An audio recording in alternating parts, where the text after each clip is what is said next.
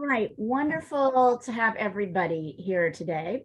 We're going to continue, we're kind of continuing on our basics journey, working with simple subjects so that I can really work with you on the concepts of color mixing, of using underpaintings, of brushwork, of soft and hard edges, of contrast, right, between light and darks.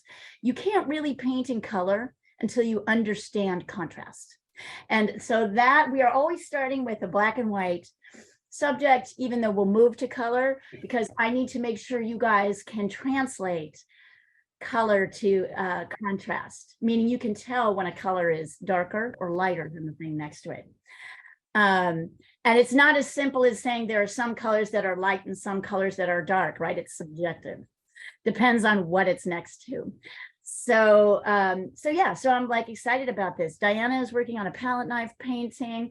Linda, I want to talk to you about your pastel drawing. It's really great. I had one question for you, but I want to get everybody started first on this subject. So if you don't already have your three colors, right? Red, yellow, and blue, you should pull those out.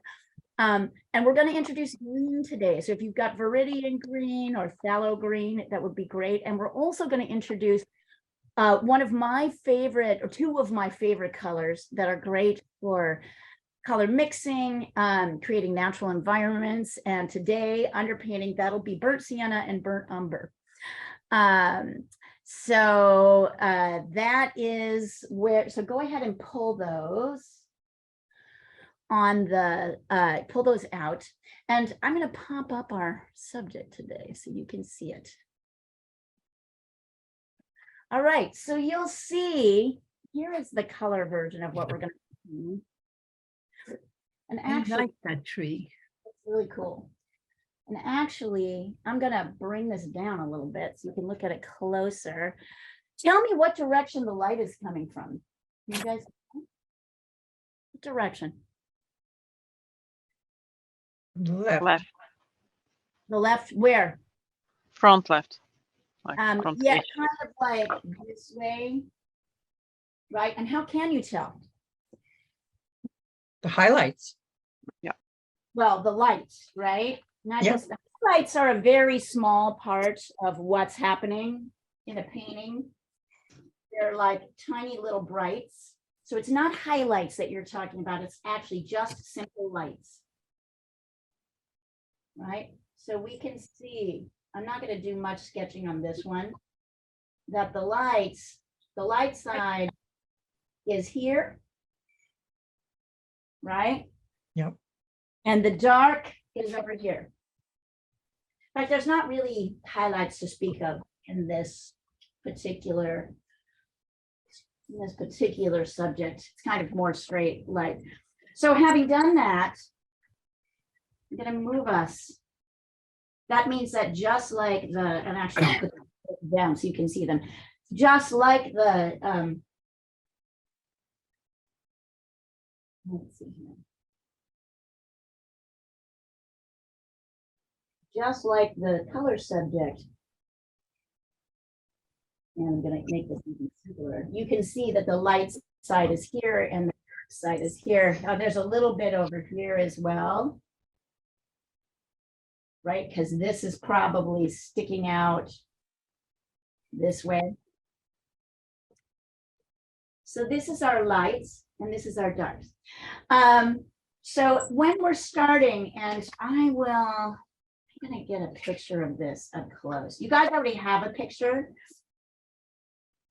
of the, you already have a picture. I'll send this across the WhatsApp thread now. Let's see. Diana, that's just looking great. It's coming. It's going to be great. Thank you. We'll see. We'll see. It's so weird to just use the palette knife. Yeah, it is weird. You get used to it. You'll love it. It's good. It's good to do things where you feel like you're a little bit not sure. Yeah. Got a very fascinating description. Oh, there we go.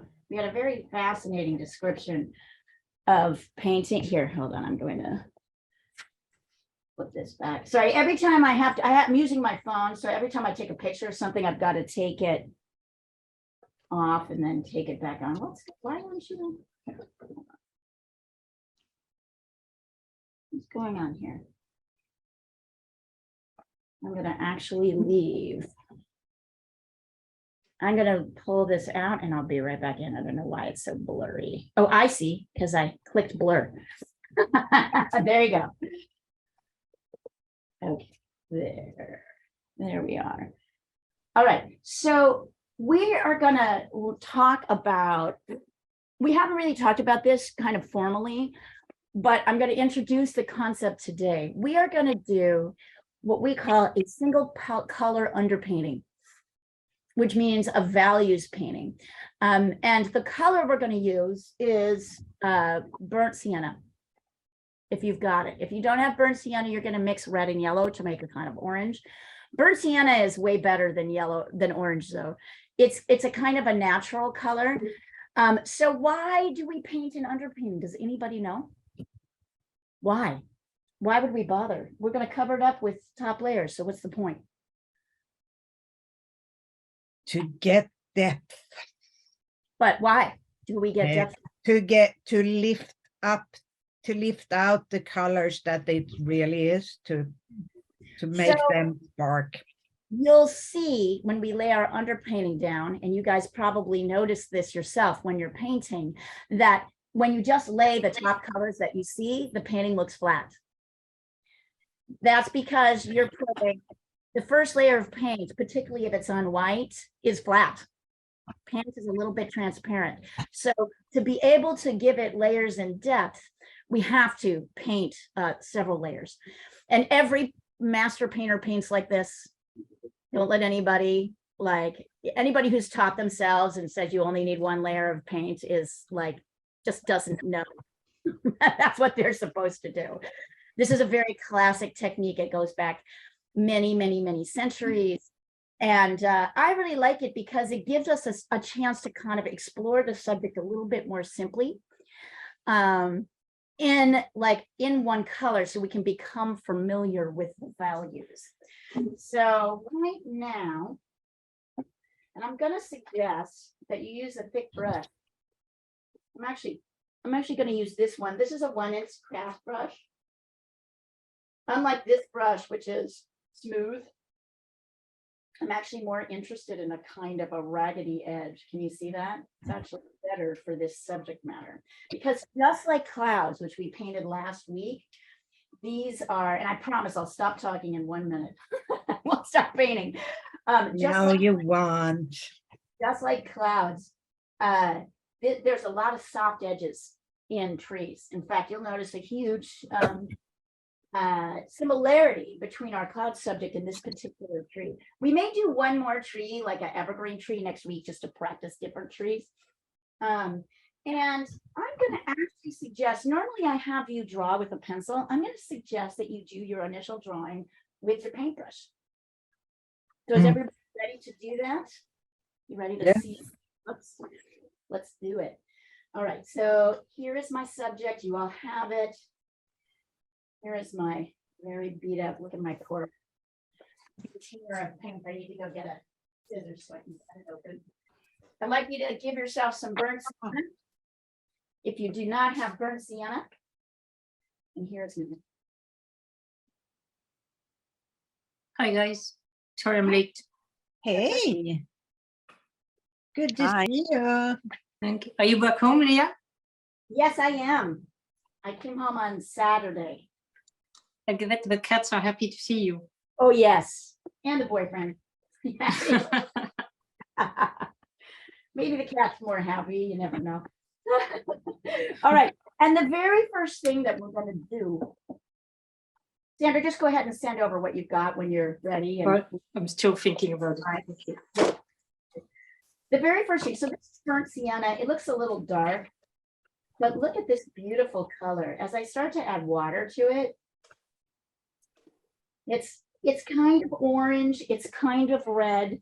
And by the way, if you're trying to mix a shadow of something else, right, and you're looking for a complement, burnt sienna can be either red or orange. The word says both, which is really nice. It's very flexible. The birds suggest, I tend to not use warms. I tend not to use the raws, which are less warm. They're less kind of orangey.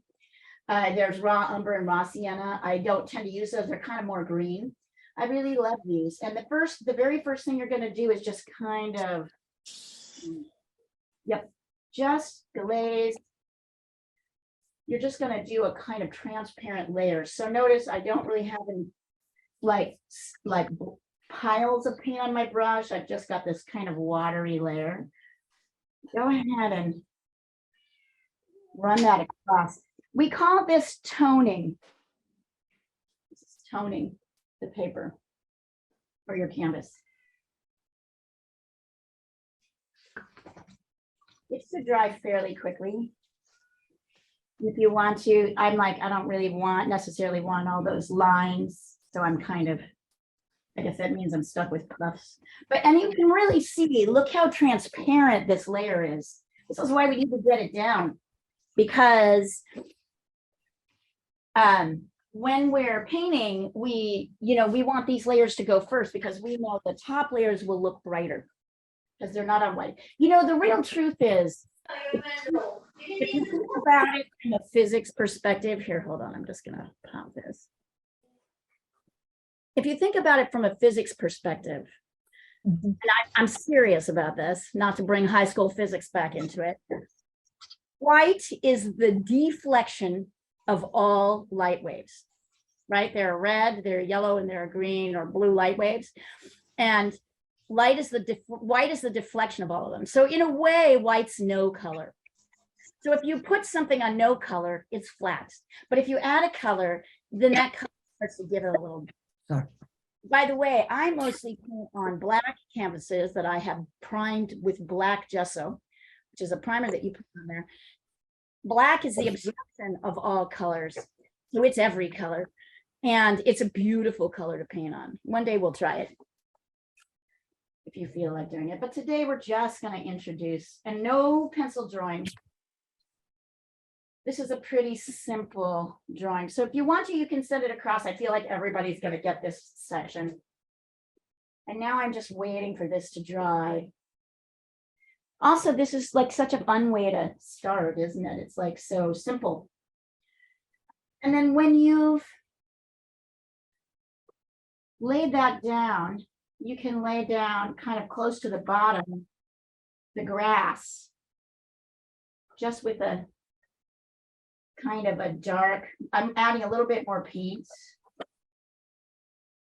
And I'm also using my little raggedy edge here. See how my paint is, even if separating, this is the best thing that can happen. This brush is not ruined, it is perfect. See how I'm kind of tapping the edge where the grass meets the background. That we're going to work more specifically on grasses later on, but this is a great way to get started. And also, don't worry about this part of the painting being too exact. We're going to go we are not going to paint, well, I'll talk about it in a minute. I'll demonstrate and I'll show you.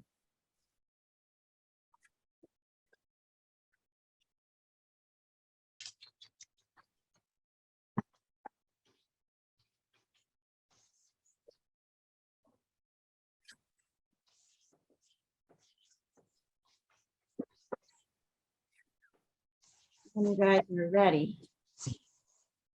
Some subjects will require, later on will require pencil drawings, but I think I do most of my drawing and paint beforehand now. So when I mean drawing, I mean we're going to sketch out the basic subjects.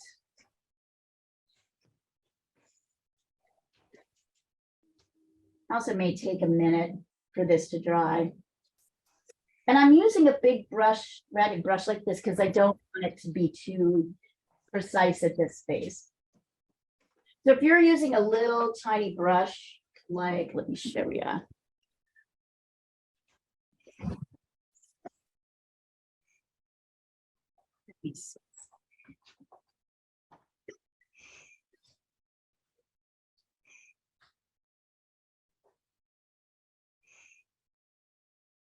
If you're using a little tiny brush like this one, you cannot get this job done.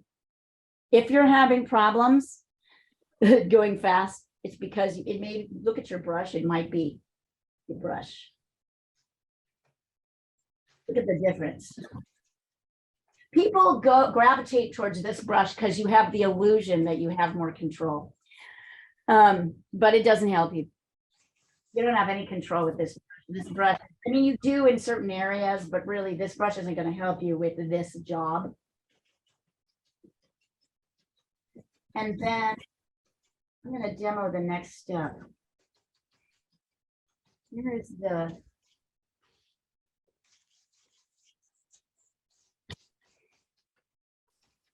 So here's the key. We're going to sketch in the outer shape of this tree.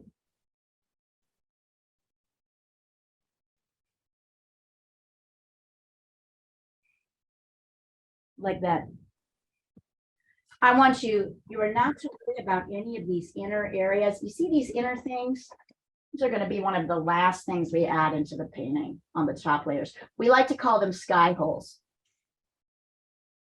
You are not going to paint the sky holes. You're painting the edge, no sky holes, not yet. You're painting darks. I'm going to start with the dark side here. You're literally just going in.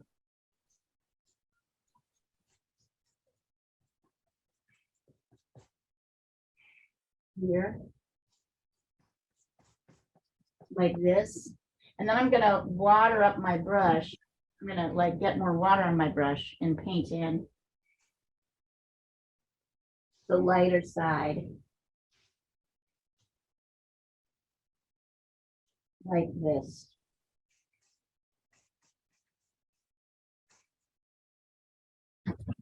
I need to, I can go back over with dark here.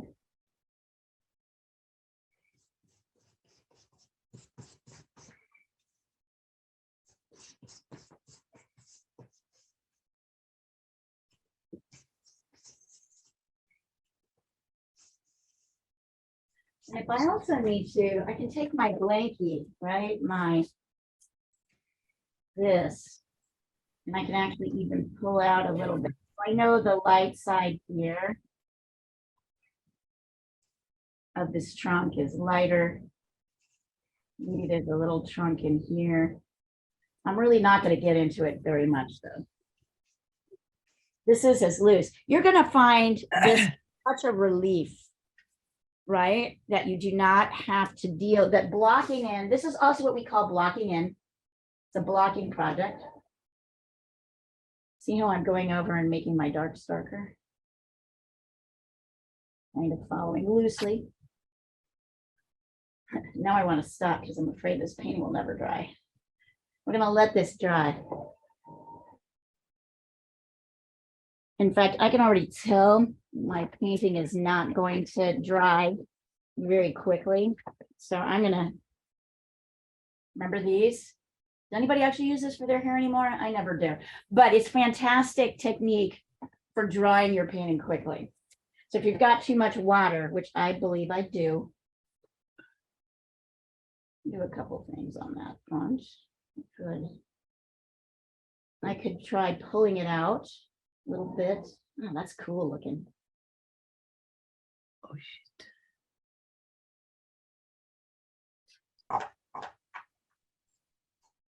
So now I'm not using water so much as paint. See, I kind of went back over here. I could see kind of little pools of water coming up.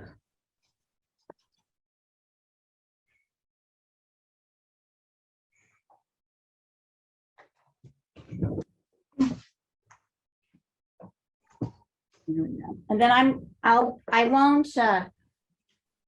won't bore you with the tedium of listening to my hair dryer. I'll mute myself for a second, but I am going to blow dry this. So I'll mute myself.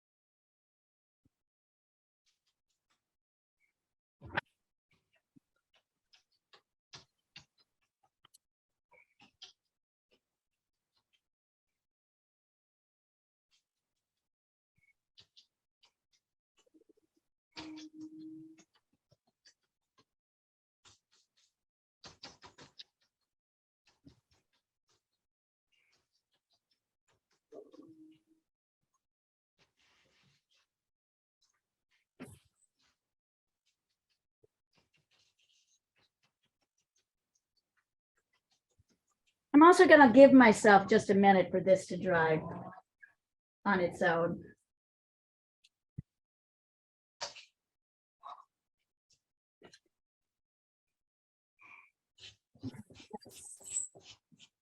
And while I'm doing that, I'll take the camera off and take a look at a couple of your sources here. Let's see.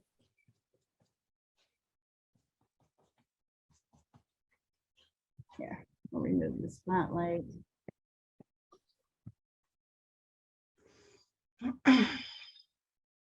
Oh yeah, Anik, that looks great. Are you using Thank Alizon? you. What are you Yes, mixed with burnt sienna. I like that. That's interesting. Very nice. Perfect. This is exactly what we want. We're not looking for perfection on this layer. We can cover up whatever isn't right about the drawing, the painting, whatever. We don't need to see that. So yeah, I'd like to see. Stella, nice. Let's get rid of, I like that. I love your grasses particularly. One of the things I want to point out to you is that in this subject here, and I'm going to pop this back up so you can see it. Okay, so Stella and Louise, I want you to pay a it's okay. I like these. Here, hold on, let me get back. Let me get back to you.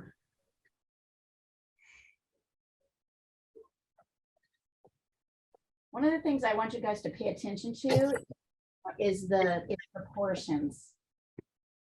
So Stella, I want you to take a look. I'm going to pop this back up so you can see it. Hang on. What's going on here? There we go. Look at the picture. This is not coming across the middle. The trunk is a little bit to the right. Oh, okay. I see. Yeah, I know this sounds anal, but I want you to be paying attention to this stuff because it makes a difference, right? And your mind is always going to be trying to even things out and make things even that aren't even, that don't have an organic flow. And that's when people start to having trouble with painting. Interesting how much that is true. Let's see here. I'm going to look at everybody else's. On the, yes, I'll call up WhatsApp on the computer here.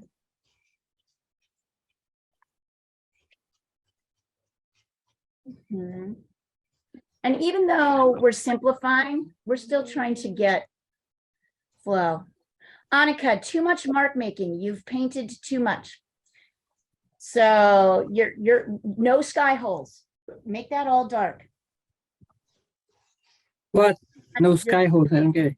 I told you what the sky holes are. I'm going to point to them again so you can see them. They are in the tree. Oh, okay, so I You shouldn't painted make a those. I just covered No, it. you have painted those. You've painted a bunch of those. Get rid of it. This is all, it's a solid color we're looking for. Those get added later. Anna, you're a little bit here. Your background here on the light side should be a little bit lighter than what's happening with the tree. Can you see that the light side of your tree has disappeared? Yeah, it's kind of same color as background. Yep. Let's see who asks. Yeah, Annika, you're doing too much detail. Yeah, I'm doing enough. Louise, I like yours. I feel like your tree canopy is too short. But maybe. The trunk? Yeah, no, I think like this feels truncated to me, this area. Oh, Bring this down a little bit lower. okay. These are good though, you guys. These are great, by the way. Great job. Notice they don't have to look exactly like mine. That's not what I'm looking for. I just want them to generally follow. I'm just checking to see that I've done this. Yes. Yours looks fantastic, Leah. Mine? Oh yeah, Yeah. thank you. It's kind of like fun how the base painting can have a little energy to it, isn't Like it? you think like, yeah, this is one of his paintings, you think you could stop there. Exactly. Oh, thank you, sweet. That's such a nice thing to say. Thank you. That's lovely. If you see Onyx, I think hers has a little bit of that energy too. I haven't right? looked at the others, admittedly. Look at the others. Take a look at that. And she used Alizarin Crimson in. with her. Let's see here. Yeah, these are cool, you guys. And it's okay. It's like, you know, we're all learning the base. Yeah, But- Nick is not bad as well, but yours is even better. Yes. Oh, it looks dreamy a It has little a bit. creamy more. look to it, right? Because I'm using my big scruffy brush, right? And I'm paying attention to light, medium, and dark, you know, sorry, light, medium, and dark. And I think also because this first layer is very watery, Exactly, that's what it is. it's It's like kind a of give it watercolor. a little bit of a watery look. Linda, my question on your pastel, by the way, is, are those red lanterns that we're seeing in the window, are those reflections or are they outside? I'm assuming they're reflections of what's I was inside. confused by that too, actually. Yeah, they are between tens, I think. They need They're to, reflections. Yeah. they need to be softer. Yeah, So yeah, what I would do is take a brush or your finger, a dry brush or your finger, Mhm. and scrub it out. They shouldn't be, even if they are in the photo, in the painting, you need to make, in the pastel, you need to make it a little bit more clear that that's a reflection that's kind of laying on top of what's outside, which means there should be a little bit of what's outside in that part, and also a sort of a blurring of the edges, just a touch. Yeah, I do agree. They're just like still in the show a bit and looking too. They're too sharp for what they Yeah, are. exactly. Yeah, It's thanks. But it looks great. I love that sky, that night sky. Yeah, it's beautiful. The blue, I agree. We've been Um, wanting to do that and I don't have the guts to try yet. You will, you will. You're a brave woman. You can try it. Everybody who's here has the guts, right? That's the, I feel extra gutsy as I don't paint with a brush. yes. What do you paint with? A palette knife. Palette knife. Oh, wow. It's really cool. I've never seen Diana so challenged. It's really fun. It's really great. Did Lado do this to you? Yes, Yeah, he did that to me. Indeed, he did. He did this to me. Did that to you. Right? So we had a really fascinating conversation about artist types on Monday, and I wanted to share it just so that you guys think about it a little bit. Lotto thinks, one of our other teachers, Lotto thinks that like there are two types of artists. There are the artists that where the concept, the idea is the most important thing, and the medium is less important. A good example of this is Picasso, right? Used every medium. I mean, Picasso could paint, but it wasn't about being a painter for him. It was about expressing in all the mediums. David Hockney, another one, can use any medium brilliantly, has ideas and portraiture and, you know, ways he sees the world that he conveys very beautifully. In fact, some of my favorite David Hockney works are these ballpoint pen drawings he did of people. If you want to look up something really expressive and beautiful, you can see that. Then there are people who like to paint. It's all about color. It doesn't really matter what the subject is. It's about applying the paint on the canvas. I would qualify myself as one of those people.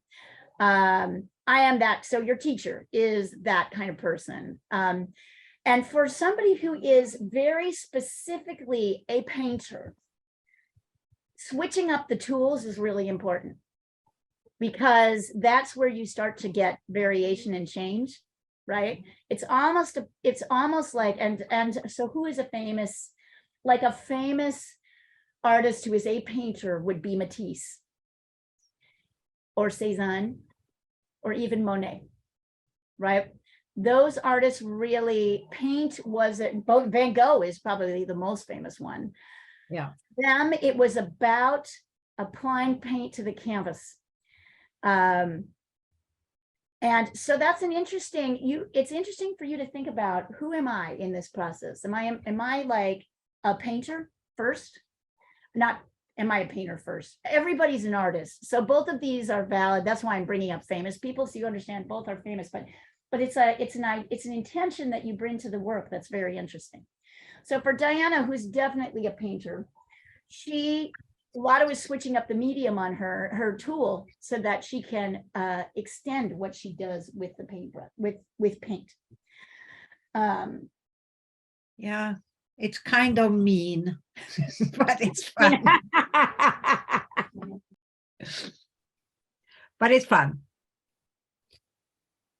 It turns so different, and it's fascinating how you can accomplish effects by this one. I've learned, this is my third painting with palette knife, and if you mix the paint just roughly, you get new effects on the canvas. So you get like this, like almost with a brush, but not with a brush. It's fascinating. Are you enjoying it?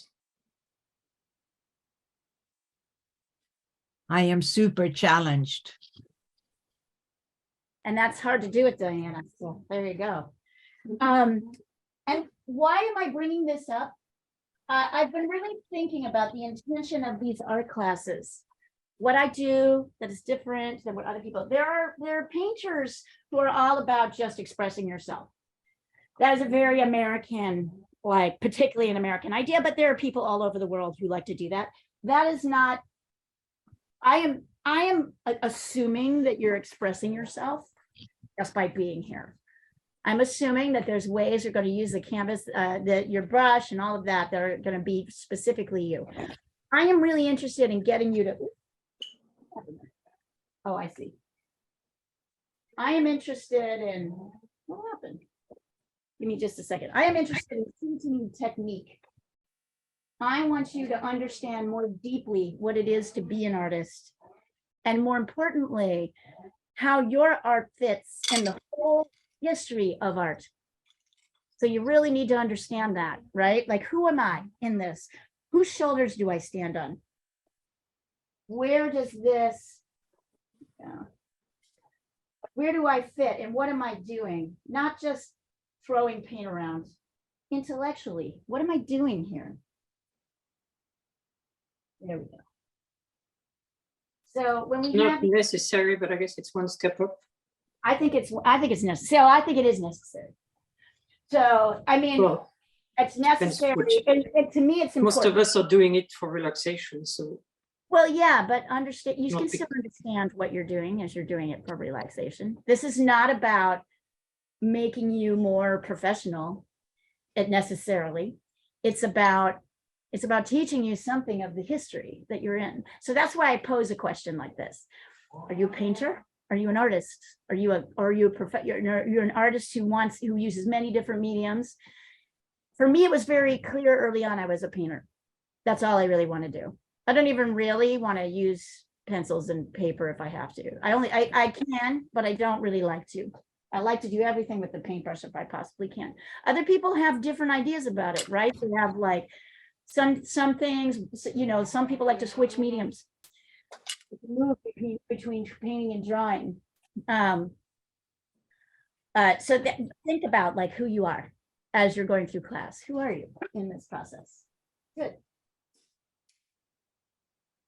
I am trying to get this last bit to dry. And I think I'm going to just switch over to a new.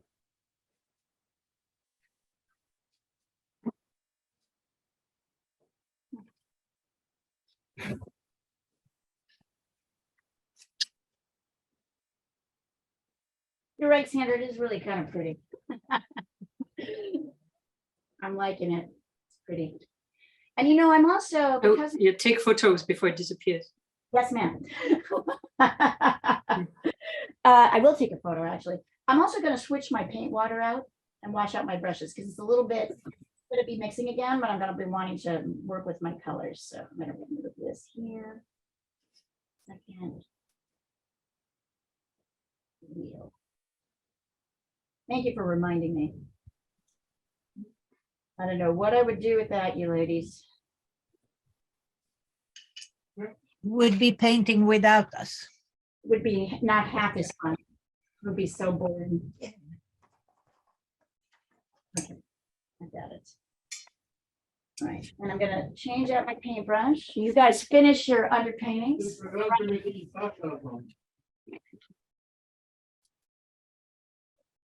Ouch it.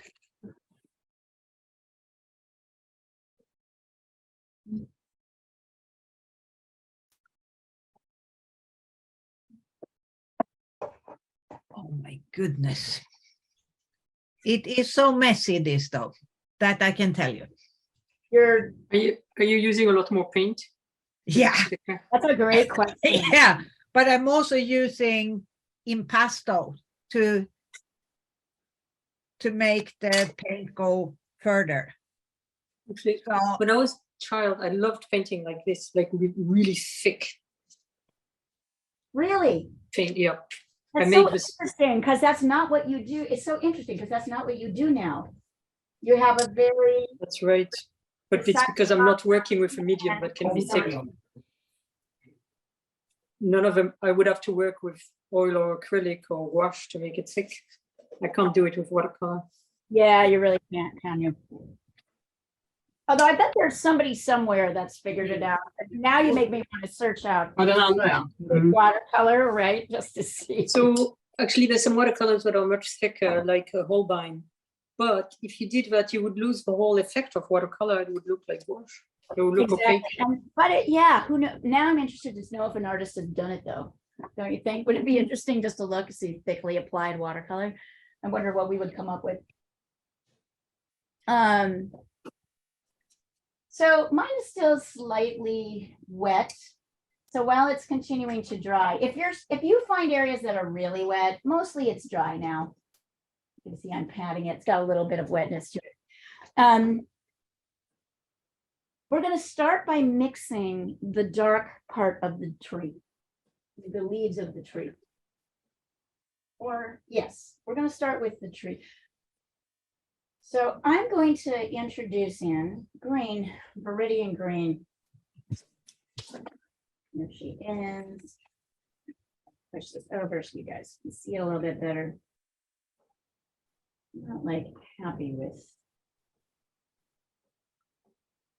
I'm going to do two things. I'm going to put in Viridian green. I'm going to give myself a little bit of blue.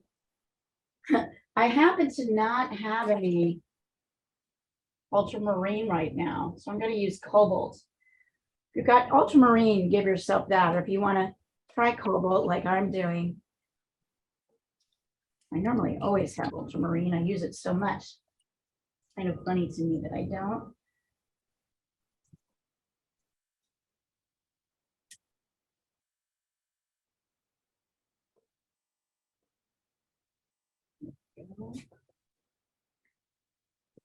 There's cobalt blue. Cobalt blue is a really good mixing color. I love cobalt blue. Yeah, you're the one that turned me onto it. I didn't used to use it, and then you said you liked it, and I tried it. It's a neat color to have in the mix. I'm going to give myself a little bit of cadmium red, but you can pick any reds you like. And then, of course, we'll need some yellow.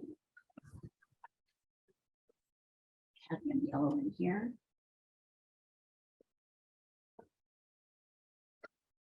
By the way, why did we do this base painting as a reddy orange painting? The tree's green, so why do we do that? Anybody have ideas on that? Yes, Yes, why, Sandra? because it's the opposite color. Or the complement, right? Right. Yeah, it's the So- complement. So we explored last week this exactly. We explored last week this idea that complements, if you put them next to each other, red and green, purple and yellow, blue and orange, if you put them next to each other, they pop each other forward.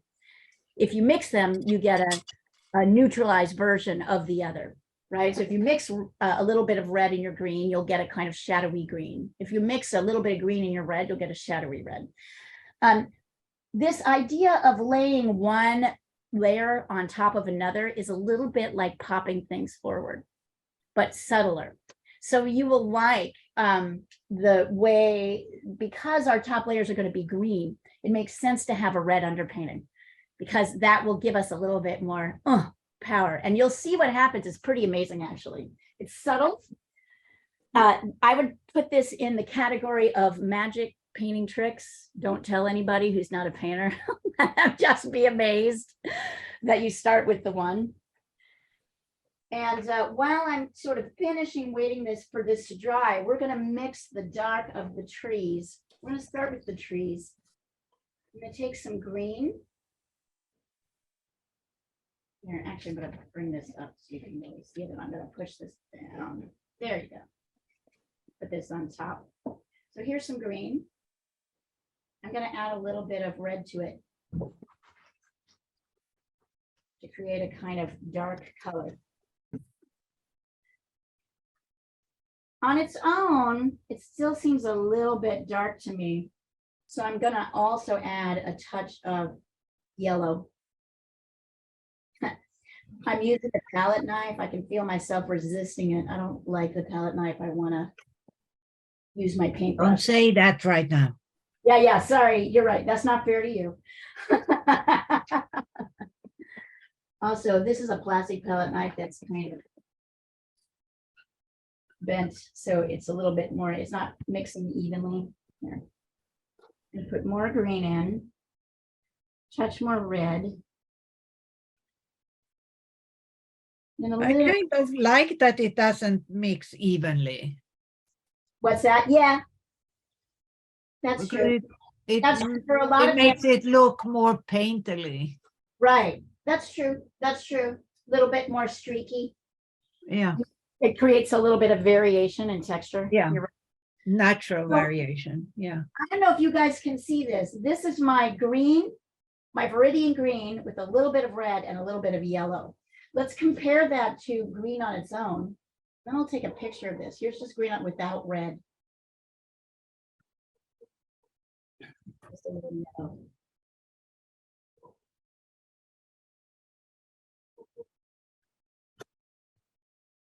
In my mind, there's no contest which one looks more natural.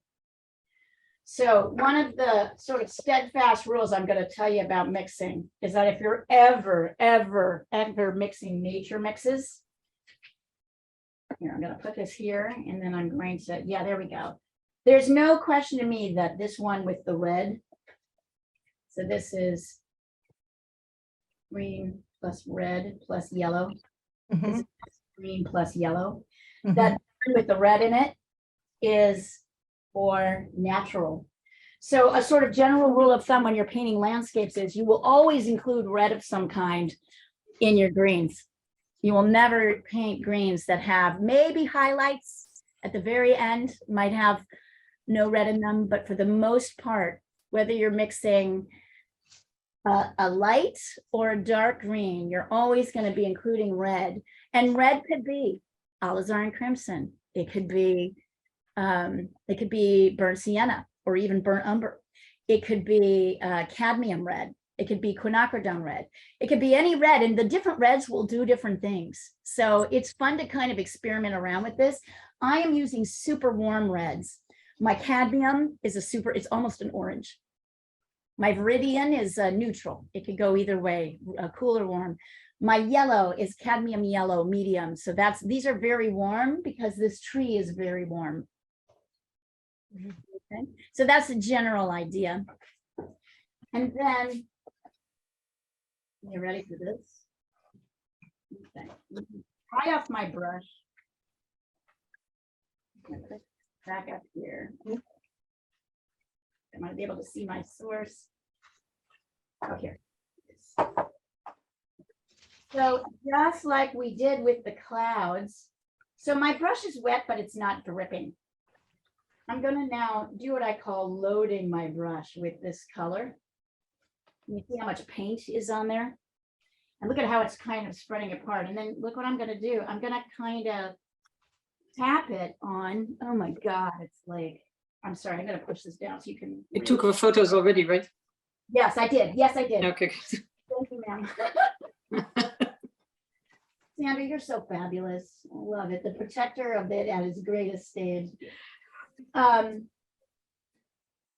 So as I lay this down, look how I'm almost kind of tapping, letting some of the, and I'm ignoring these little sky holes in the branches right now. I'm going to add them later. I'm tapping in these dark, it's hard to get everything. I can't show you my palette right now because I want you to see the, right? Oh, no, that's too light. So here I'm going to mix in a little bit more dark, a little bit more red. Yeah. Look how I'm letting some of my red come through, and look at how beautiful those colors look as I lay them across. Let's see, there's a little bit here. And I'm really focusing on the darkest areas here. So I'm still not getting into too much detail. There's a tiny bits of dark in here, like there. I'm going to add that in. That's good. And can you see how I'm letting this ragged, you see how this brush is like super helpful. And it really comes all the way. All right. There. That's what it is. It really comes. I'm still paying attention to the kind of organic direction, but notice I'm not fussing. There is, and now I'm just mixing my color with my brush right on my palette. See me doing at the edge of that. Right, and it comes all the way down. That's kind of how it looks. It's still pretty loose, but it's already got this kind of fun, dynamic thing happening. And look at how the red and the green are interacting with each other. They're pulsing, they're glowing, they're vibrating. They're creating a feeling of this coming forward and back. Well, being on a flat surface. And I don't have that much detail in. I haven't added my trunk yet. I haven't added any sky holes. I haven't even added the light side. Does anybody need a picture of this, or do you feel like you have it? I feel like this is pretty easy to see. Oh, yeah. Can you guys hear that noise outside? They're paving my street outside. Is it too No, loud? we No, can't. we can't hear it. Great. That's nice that they're paving the street. Yeah, Because a lot of cities are doing that as well to provide work. it's kind of like a weird little WPA program. Like after the What's depression, WPA? the work, you know, when Water and power. yeah, what does it stand for? I can't remember. Water It's- and power. Water and power. No, I'm thinking about the programs that were instilled after the depression to get people back to work. There were Ah, roads, right. Yeah, it's a and- bit like that. Yeah, we have that artists too in were DC. hired, right? Like, Yeah. I think WPA is, I think that might be the artist, the acronym for the artist. I'll look it up. It feels a little bit like that's happening without any credit being given to the people who are doing it. Actually, the WPA program was massive in employing artists. Let me see if I can get that. It works. The New Deal. Have a new deal. Yeah, absolutely. Yes. Ay. I think I'm destroying this. But Yeah, the Works Progress Administration, WPA and the New Deal. oh, That's what it was called. It was at its biggest in 1938, right before World War II. And it hired tons of people. Roosevelt's New Deal. okay. Artists were paid to paint murals on buildings all across the That's country. really cool to think of artists. post office. And yeah, if you read any history of artists from that time, like there's a book called Ninth Street Women, which is about the impressionist female artists that were involved in the movement with Clay and Jackson Pollock and others. Lee Krasner, Pollock's wife, was massively instrumental in getting those. She's an amazing, actually, abstract painter.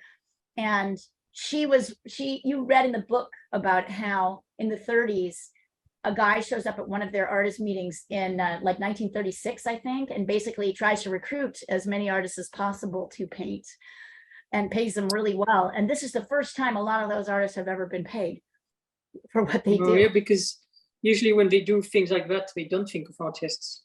Right? Exactly. I mean, it's people who build roads and, you know. And this had a massive impact on art in America, because in other places, art had more of a patronage. There were more patrons, right, who supported art. In Italy, of course, right, like the Medicis, going back to the 1500s, like rich families were paying artists to paint frescoes on buildings. This was the US's version of that. So the US art movement at that time, the 30s, the 40s, the 50s, really exploded in a really expressive way, because all of a sudden artists could afford to work because they were being paid. So and therefore it was okay to become an artist. Right, exactly. The government had a massive influence on the profession of being an artist.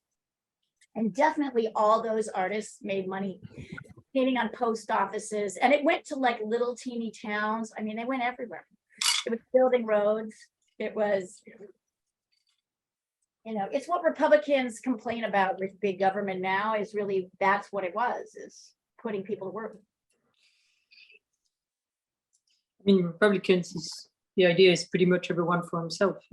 Yeah.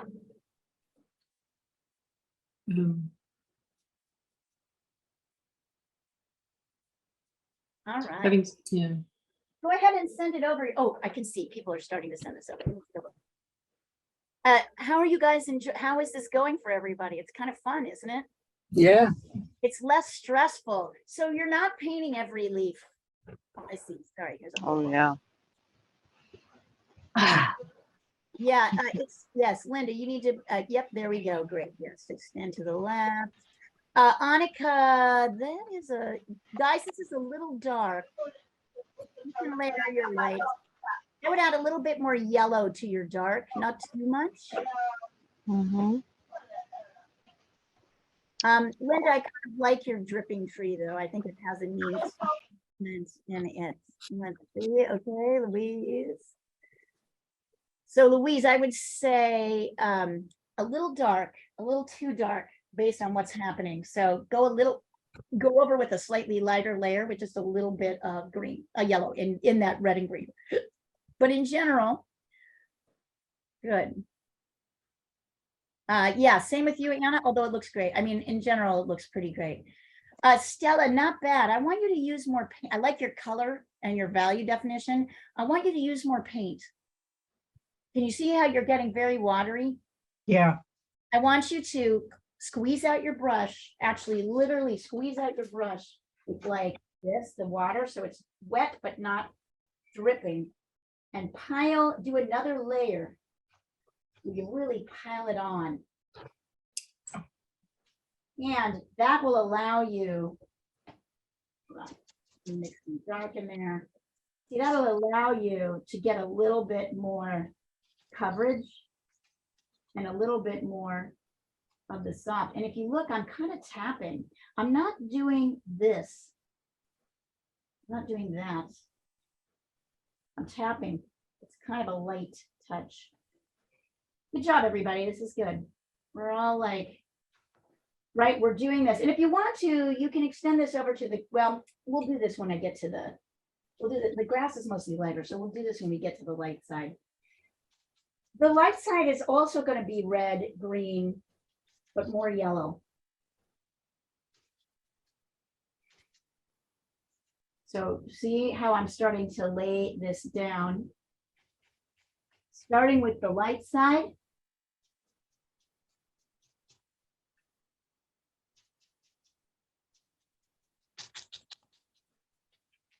Coming over here. I'm not dipping my brush right now in my water at all. I want it to layer a little bit more thickly. Can you guys see that? And then I can take that into, I'm gonna add a little bit more. Ah, ah. There we go. There we go. I'm going to take an even lighter variation. And I'm going to kind of lay out, because it's mostly lighter, we'll kind of lay in the shadow later. You see the grasses are slightly lighter. Notice how I'm letting, here I'm going to go really close so you can see. Notice how I'm letting some of my red come through. I'm not layering, pushing that paint in. I'm kind of lightly dabbling it.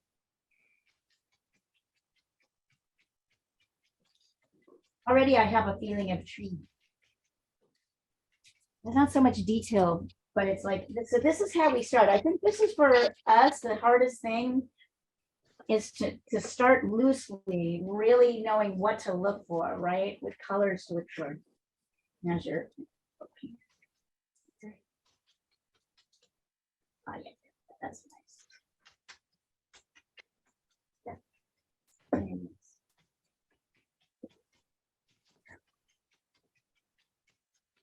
Yes, no, good.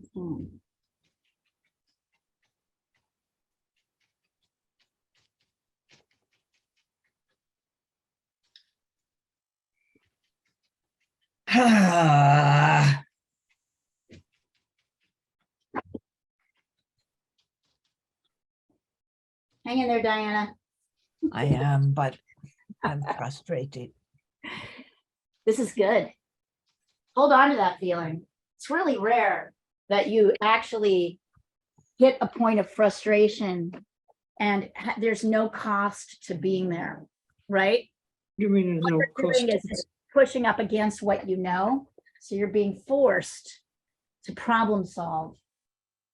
Okay, I'm going to send it as it is. I don't know what to do because now it's so many ridges, so it will be even hard to Let's see. adjust. Yeah, I'm going to send it in a second. It gets a little bit of what do you call it? Light reflections from the window, but Okay. That'll help me see your ridges, actually. yeah, that's true. Okay. Here it comes. Ooh, I like it in the blurred version. That's nice. Okay, let's see here. What can you do with that? Oops, not letting me go. Hold on. All done with knife. Yeah, it might be the moment to go in and do a little bit of, add a little bit of hard line. I It's would, not Right. bad, actually. Huh? It's not bad. isn't it interesting? Isn't it interesting? It's totally, I know, I agree. Like, I'm very excited about that, this area down in the leaf down in the right, Yeah.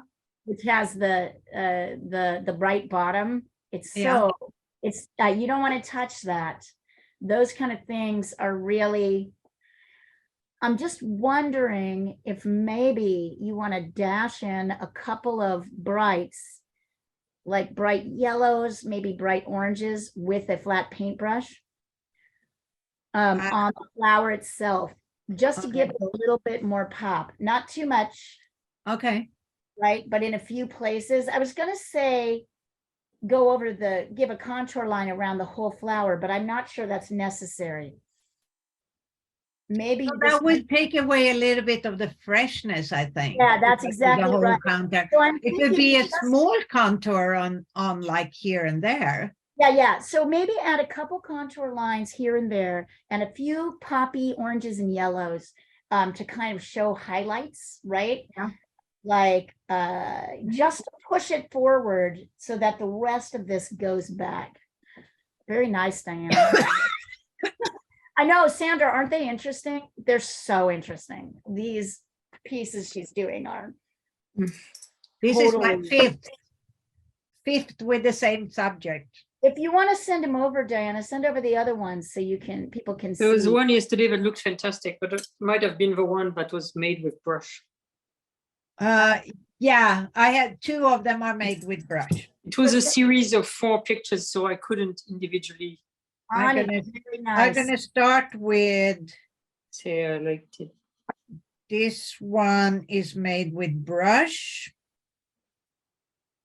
Ani, And very nice. Oh, so beautiful. Thank you. And I love those flowers of Diana. It's The birds of basically paradise. beautiful. They're pretty. Yeah. I think we call it Sterlitzia. I'm Stelicia. not sure. Yep. Yeah. It's the bird flower, right? This is Bird brush, in paradise. Beautiful. bird of It's a paradise. bit- yeah. This so is the brush. 2 first are made with Brush brush, and here comes the ones with palette. Aren't they Palette. interesting? So interesting. let's see which is the other one. That's palette knife.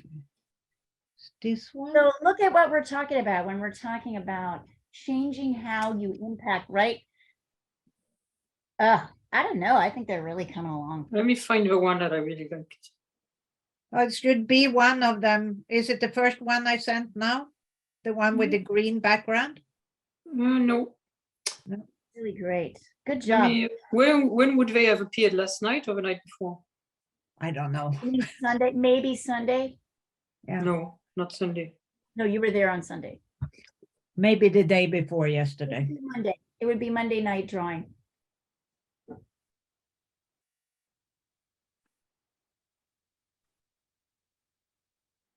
All right. Yes. This is my I'm favorite. gonna have to tableau. take this phone call. This is my favorite tableau. I really like seeing the palette with your mixing, the container with the water, the brush, the source, and like as we start to bring this painting to life.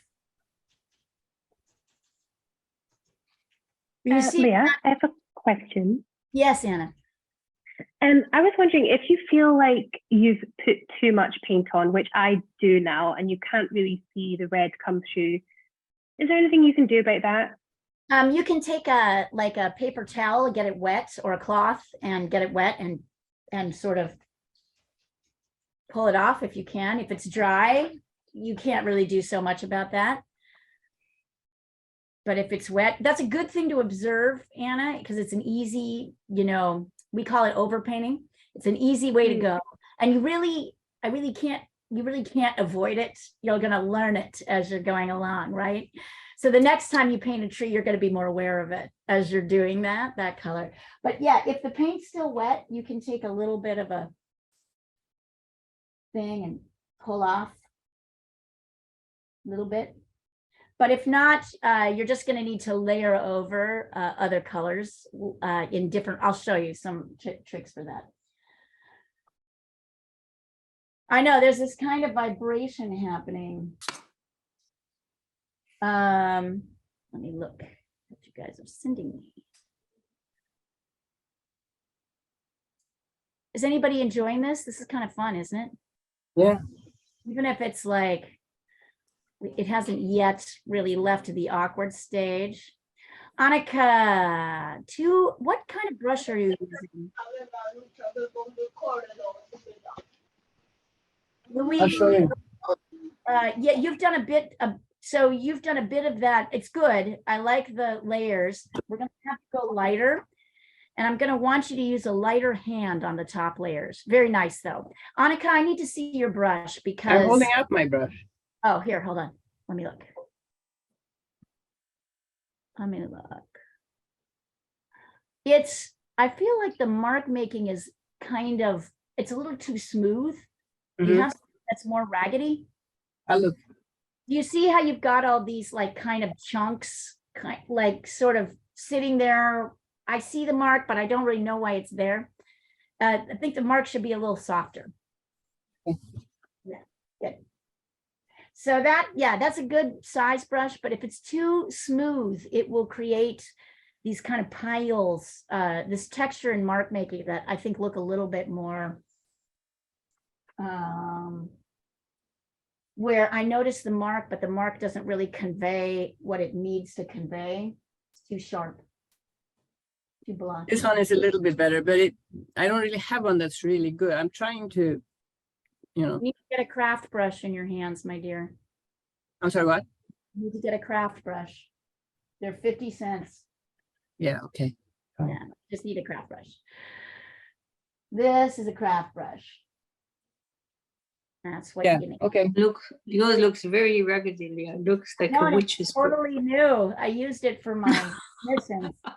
It's totally new. I just bought it a week ago and I used it for my commissions, and a lot of that commission was painted with this. It's so funny, isn't it? It just looks, I know it looks like cartoon hair or something like flying off a person's head. It looks kind of ridiculous.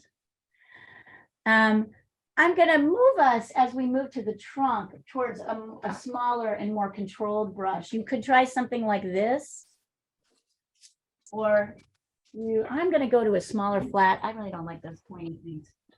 Here, I'm going to go to this brush. Now I do want a little bit more control, because I want to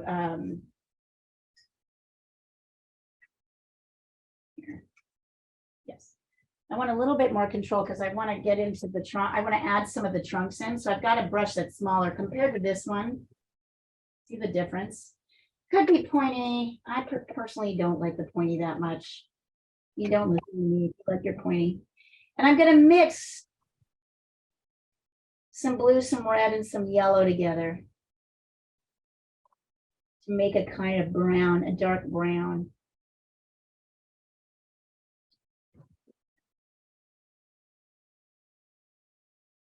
And your sky holes. So I'm going to come in here. I'm using the corner of my brush. I'm not convinced this is the best brush for this.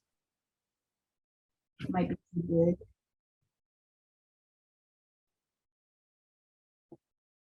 The other thing you can do is mix a little bit of blue with your burnt sienna. So if you still have burnt sienna, I'm going to try that too. That makes a really great dark. Here's some burnt sienna. I'm using cobalt blue today. And once again, my brush is wet, but not, it's damp, but not super wet. And I'm going to start adding in some, but not all, of the branches. It's a little bit wet because I have like pools of color on your, or water on your tree. You can pull them out. Notice I'm still, the sky holes still aren't getting added in. And I'm doing really the dark. Not making these go all the way through. They're only in places. And I'm not painting every one. I'm just painting the big ones that I can see.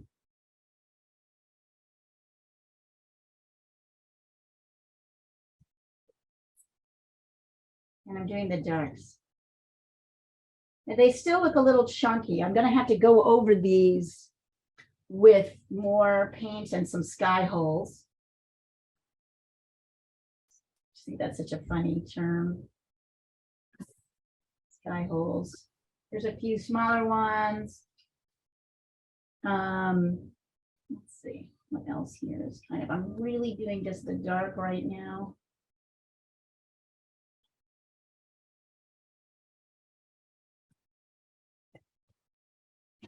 I'm doing everything, but I'm doing just a few. And then I'm going to clean off my brush, squeeze it out, and then I'm going to try just like burnt sienna and some yellow. I'm not going to use white. I'm not using white because white is a little bit of a flattening color. I'm going to add it in kind of here. And I'm going to do a little kind of blended edge where my light meets my dark trunk. I'm still not going to totally have what I want yet until, and I can see this light kind of extends up here.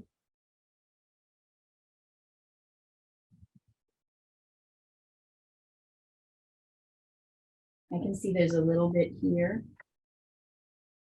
You can see there's a light trunk, bit of trunk here. That intersects here. I'm not doing everything, but I am doing the bits. There's tiny little bits here. I'm creating the illusion of doing everything without really doing everything. You'll notice you don't really have to do everything. You just have to do a few, and the mind really suggests everything else that's there.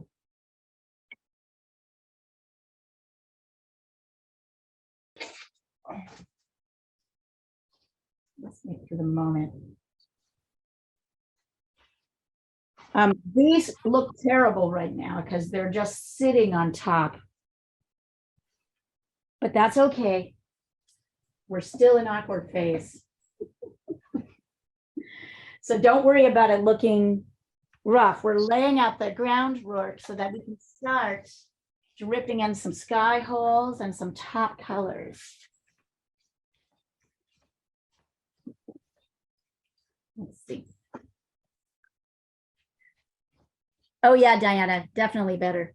Now I feel the, and super subtle too, very nice.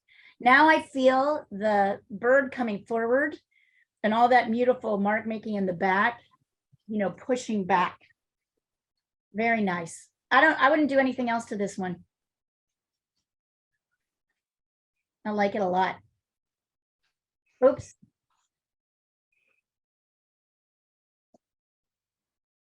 It's wonderful. Meanwhile, our trees are looking ridiculous. That's okay. They're looking, this is absolutely ridiculous. I'm so willing to go there and tell you, yep, looks as absurd as you think it is. But I love this process because it really does construct. This is way too heavy. You're, oh, I see. You just haven't laid in your lights yet, Anik? The lights are work in progress. Okay, get your lights in there because right now it's, I like what I see, but you need those lights in. This is pretty. Yep. On it. On it. This is what's really fantastic about painting. So there is an awkward phase every painting goes through. If you can live with that,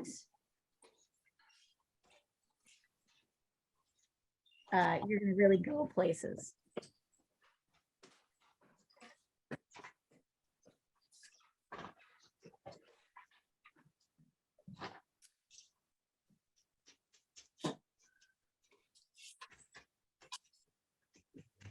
These are looking badass. These are looking great, you guys. I'm very proud of you. Looking wonderful. And take a look at whatever, don't just look at mine. Take a look at what people are doing on the thread so you can see the difference. Anik, I think you need, I see you're using lemon yellow. I think you need a warmer yellow to go lighter. That's what I thought also, because I see this lemon is just blending with the rest. It's like a white. It's kind of flattening. Yep. Exactly. So you need something brighter where the sun is hitting the sky. Are you, Diana, is that the comparison of where, no, this is the new one? I'm confused. Which one is that one?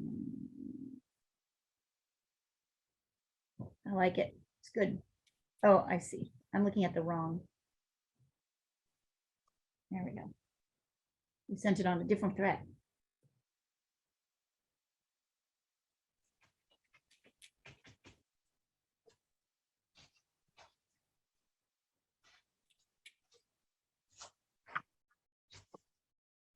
Nice, Anna.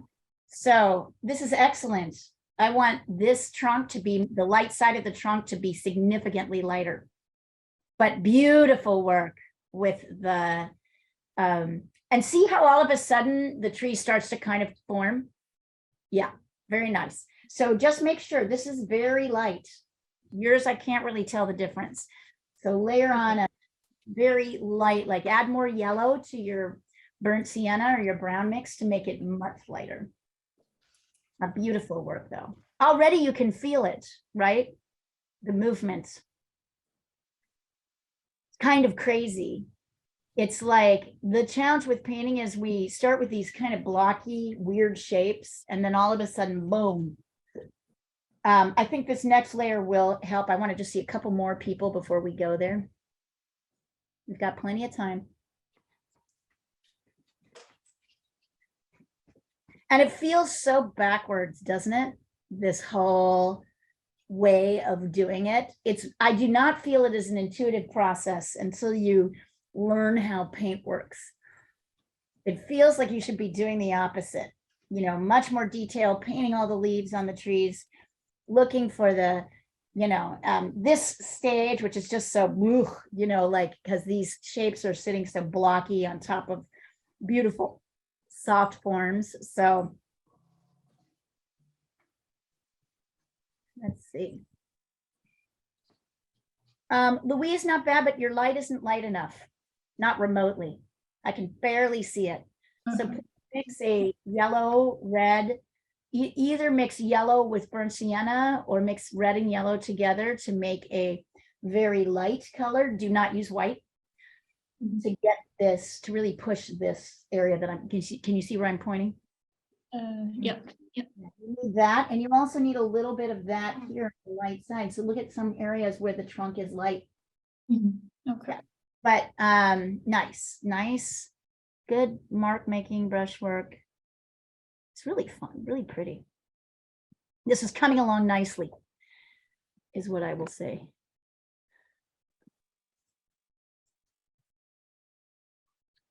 Nice, Anna and Anik and Louise, I can tell you, I like your soft mark making. It's serving you well here in these works. Now we just have to push the values a little bit. The value differentials. Yeah, Yeah. I have a question. So if I'm laying paint on the canvas, Mhm. it's like instead of sort of blending, the brush kind of takes the paint away. Is that supposed to happen? I don't think so. Oh, no. Is your canvas too wet? Probably. No, I was trying to blend like I did the other day with the clouds or something, you know, like just to make a softer edge, and it just the brush is taking the paint away. Like I can see the My feeling is underpainting. you've got too much water. Somewhere there's too much water in the equation. It's too wet. Either your brush Okay. is too wet, the paint is too wet, or Okay, the canvas is too wet. It's one of those three things. okay. Maybe also Monica- not maybe extremely good quality paint doing this. Also probably crappy paint, but Okay. mostly it's water. It's mostly right. you. It's just too much water. Okay, I'm yeah. not using any water at all on All right. these years, almost none. Okay. Annika, that's better. Nice. I would say push this a little bit. Annika's got so far has got the best value differentiation. You can even go a little bit lighter. Okay. Very nice. Very nice. But that's good. That's really good. Yeah. Linda, the only question I'll ask, are you sure you're using acrylic? You're not using, are you using oil? No, I'm using acrylic, absolutely positive. You're not using gouache? No, acrylic. Okay, sometimes that happens. So I always Yeah, like it's to not the first time. I don't understand if it's a canvas or I think it's I So don't maybe it's the your brand. paper. I think it may be maybe the canvas, but honestly, it has to be dry for it. Somewhere it's too wet. Okay. Yeah, is really why that. All right. I need to just go and change the water and wash my. Great idea. In fact, once you kind of got this to a good level, that's a great thing to do. Get up, have a stretch, paint your, get in, go change your water. That's a good one. I'm going to do the same because we're going to move to the sky. And for that, we're going to need white and clean water.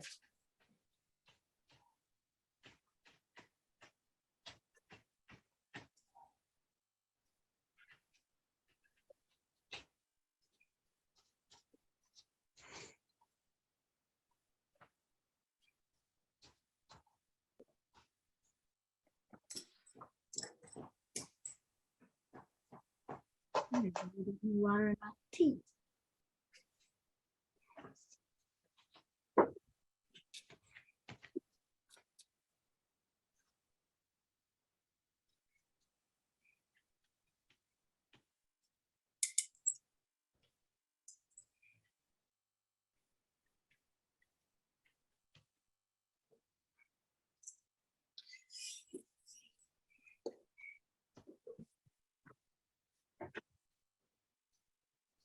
The idea of these classes is that we're kind of highlighting subjects so that when you encounter them in a painting you want to make, you know how to do it, right? Different brushstrokes.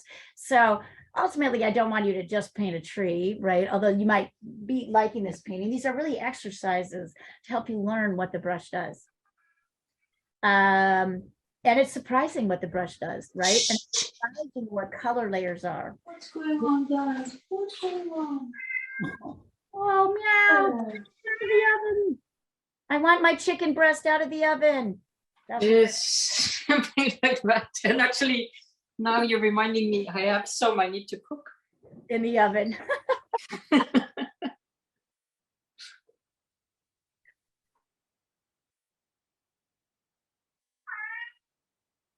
It's raining, you can't go out.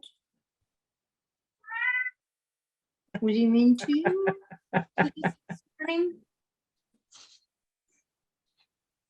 Did you see your geese this morning, Stella? Yes, I saw my turkeys. Oh, your turkeys, right, your turkeys. I saw my wild turkeys. My deers were here. They No. ate my cat. They ate my cat's food. She wasn't very pleased. I hope he gives more. So, of course. So this way, when they were finished and they left, I went out and I gave her some more so she wouldn't be angry.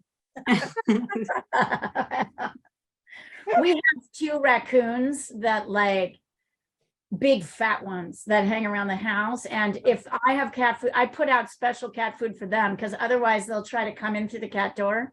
Oh, eat. no. Yeah. They can't They're quite. very clever Oh, they're so funny. and so naughty. They're so naughty, but they're so They're hilarious. sweet. What Yes, clever- they're very sweet. We have the garbage pail that it locks down and they unlock it. They're very The smart. They raccoons, don't need us at all. they unlock it.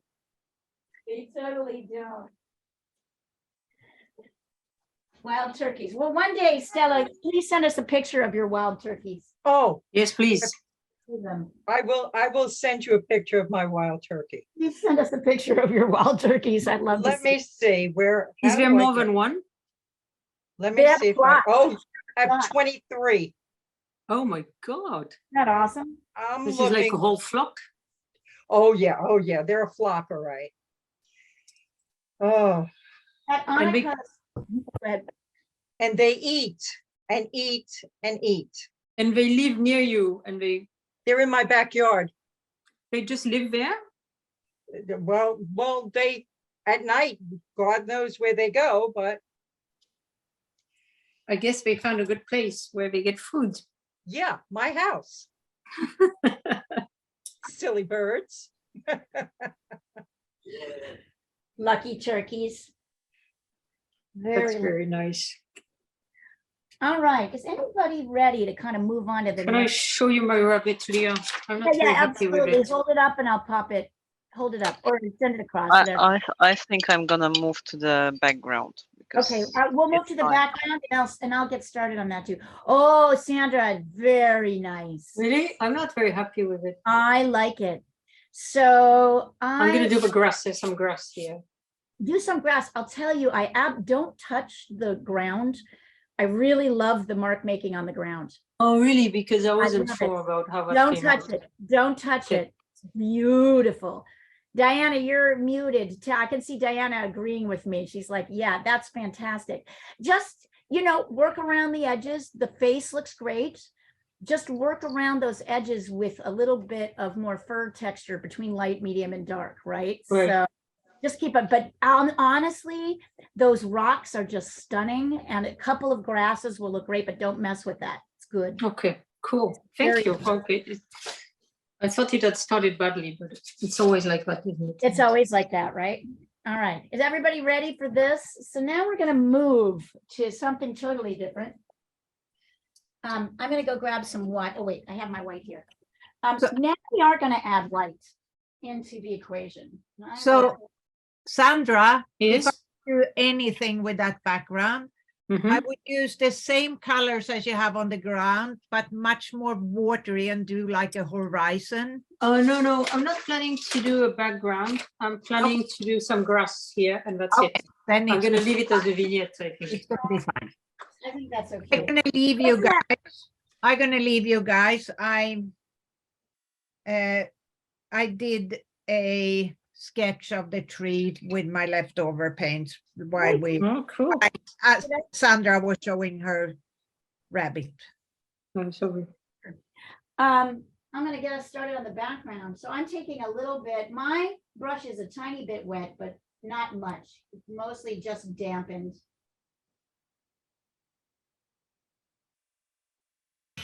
I'm mixing. This is where white can be really effective. Oh, wow. Blue, but you could use any blue you wanted. There's something wrong with this turkey. You took out the background?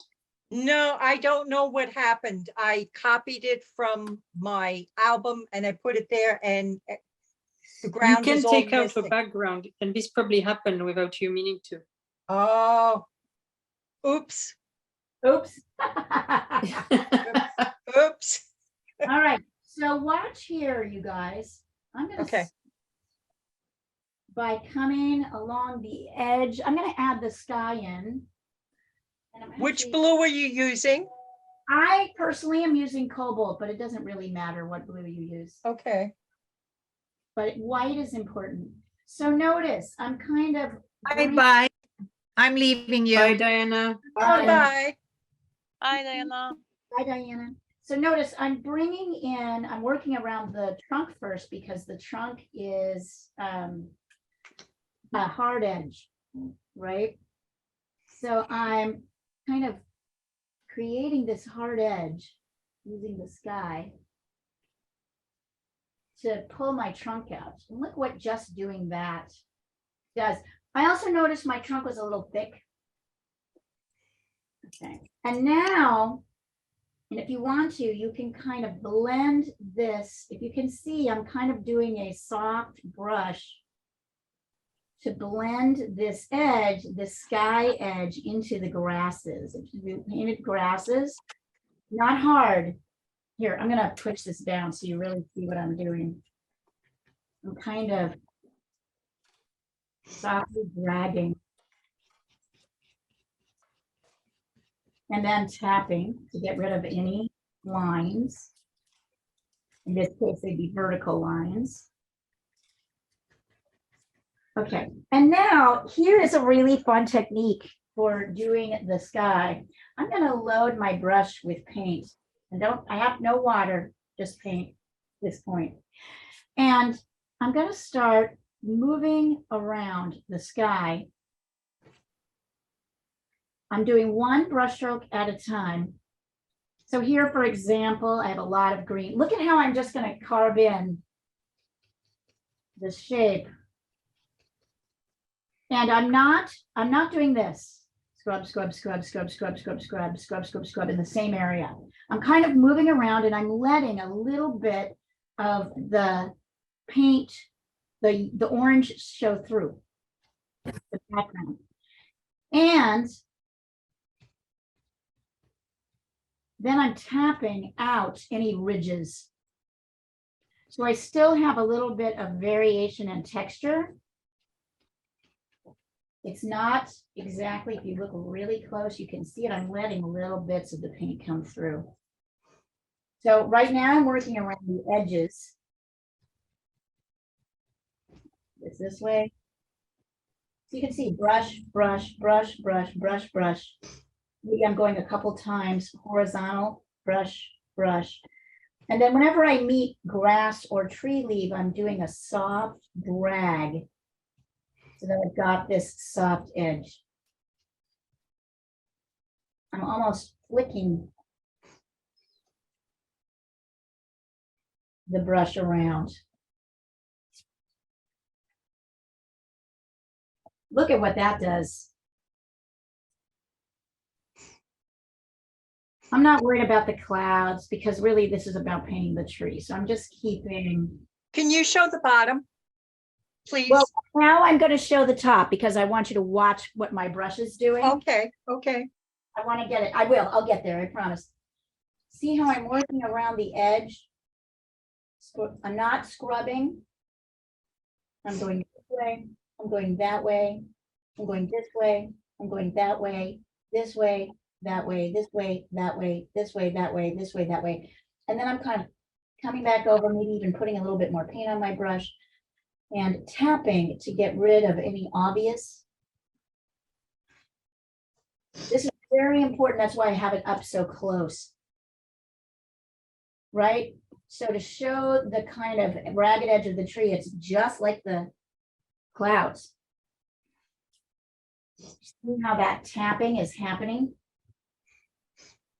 Sky holes are last, so we haven't done those yet. Kind of moving us around. Tapping here. Just because I didn't have room here, this is white. Look at the difference between laying blue and white on a white canvas, how blah it looks, as opposed to laying blue and white on the red. It's just a flat here.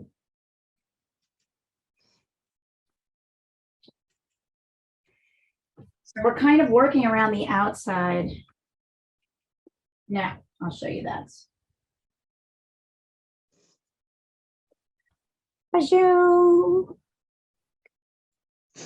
So this is a very standard painting technique. I like starting with the subject, blocking out the lights and darks, right?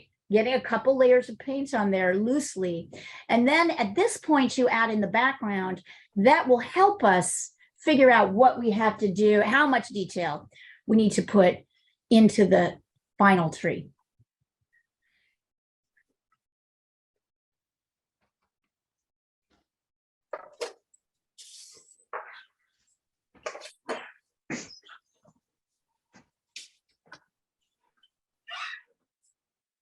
And here's where white can be very effective. And the reason it's so effective is that white is cool, right? And all the colors we've laid down here are essentially warm colors, particularly burnt sienna, right? So this cool provides us a nice contrast to the warmth. It's another way to create kind of a little dynamism. Oh, I see my phone likes to quit. There we go.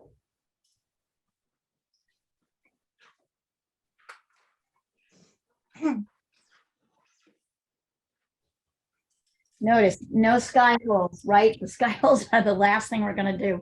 Well, one of the last things. And we're not going to do that many. Too many sky holes makes your tree look like somebody shot a bullet or a cannon through it. So you want only a couple. You're not going to paint everything that you see there.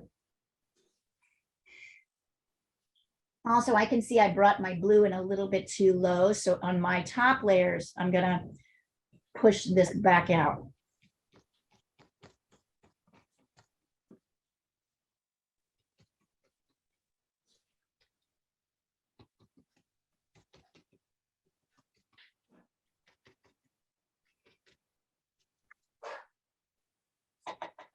So a lot of art is really just living with that, the fact that it doesn't quite look put together till we get into these final, that we have to do those details that make it look put together last.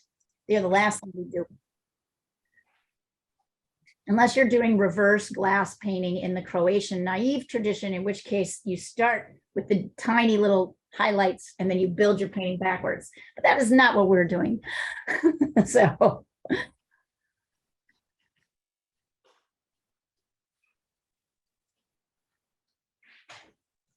Or if you're working in watercolor, where we preserve the whites, we don't paint the whites. Louise, aren't you glad you got yourself some acrylics? Yeah, very happy. It's like so much easier, isn't it? Yeah. We can go to watercolor later. Watercolor is magnificent, but it does entirely different things. Much more, you have to pay much more. You have many more control issues with watercolor. There's no going back from painting too dark. So when Anna was asking that question about, I think I got too much paint on it, you can layer lighter colors on top, Anna, so you can regain in some way. You won't totally get your underpainting back, but you can still create depth by adding light colors. If you do that with watercolor, you lose it. You go too dark, you cannot get it back. So.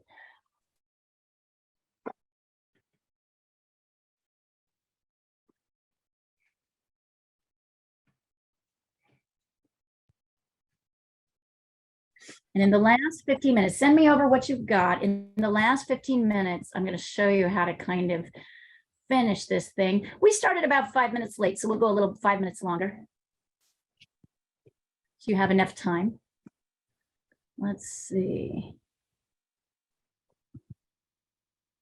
Oh, Anik, yep, there you go. That's so Anik, now you've lost your dark on the trunk. So don't lose your dark on Yep. the side of the trunk. Yep. I mean, you know that it's just the fifth layer of the 20. Yep. Right, exactly. just I know you know. Yeah, I'm gonna go. I'll see you guys tomorrow. See you tomorrow. Bye. Bye. Oh, Thank not you. tomorrow. Oh, yeah, tomorrow. Very nice, everybody. Oh, well, turkeys are so cute. They're really adorable.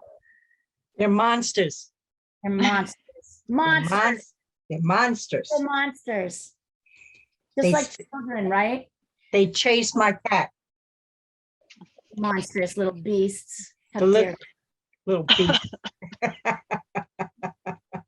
Well, dare, monsters can be cute. how dare they? Notice how this is the point where your tree starts to look like a tree. If you have like got this right, I like, by the way, Anik, I do like it. Don't get me wrong. Also, look at Thank you. Diana's fun little dancing tree that she's laid in there before she left. Just a very brief tree, how it already looks tree-like. I can see a few things I want to correct here, and I'm debating. I want to see one or two more people's paintings before I go there. Here. Let's see. Ah, there you go, Anna. That's looking lovely. See, feel it, right? Anna, if you look at this source, you'll see that the grasses are much lighter. So definitely particularly, it's really light. It's all pretty much light with little shadow areas. So go in there with a lot more yellowy green, like the green on the light side. Okay. I feel like we'll send over. I want to see one or two more people's and then we'll go to the final stage. Sky holes.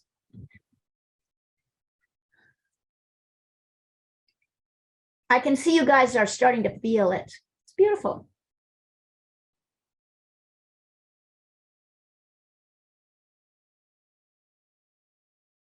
Very pleased with these. Very pleased. Very nice. I love it.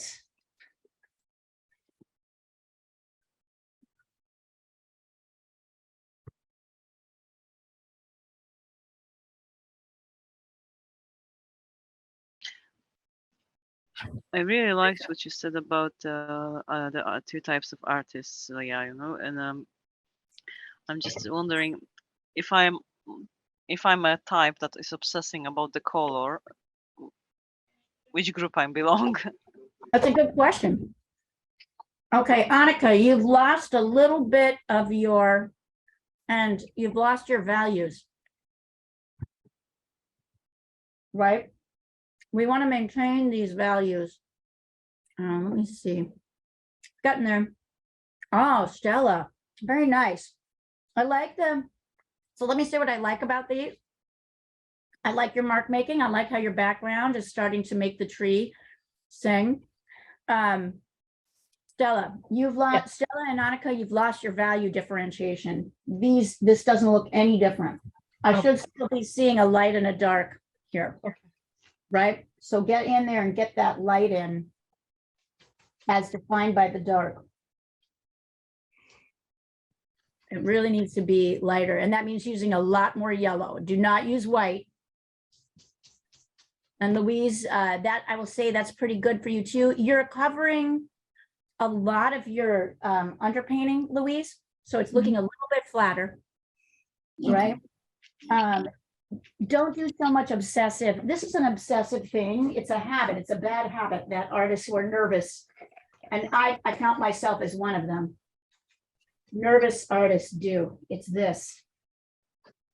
1, 2, 3, 4, 5, 6, 7, 8, 9, 10, 11, 12. Do you see what I'm saying? It's kind of an obsessive thing. I want to encourage you. One stroke, move over. One stroke, move over. One stroke, then tap. Don't cover so much. Okay. You don't need to. All right. Now, as those of you are adding in, some of you are adding in your lights back in. Yeah. So what you're going to need. On your top layers, you're going to need some light green. So once again, you're going to mix green, yellow, and red. A lot of yellow.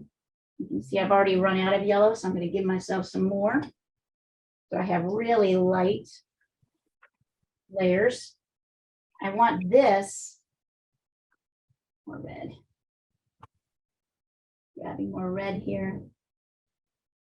So those of you who are trying to mix later layers, you can be doing this too. So I have one brush that's got this.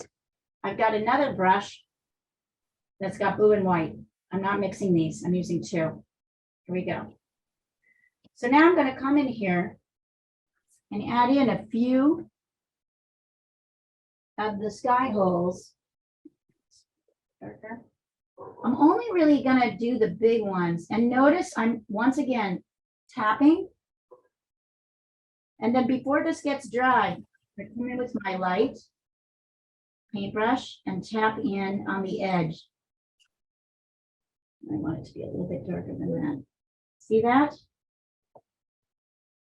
So that there is kind of a soft edge between your light and your dark. I'm not going to do very many. I'm going to do one here, maybe one there, maybe one up here. I'm mostly going to use them to emphasize my branches.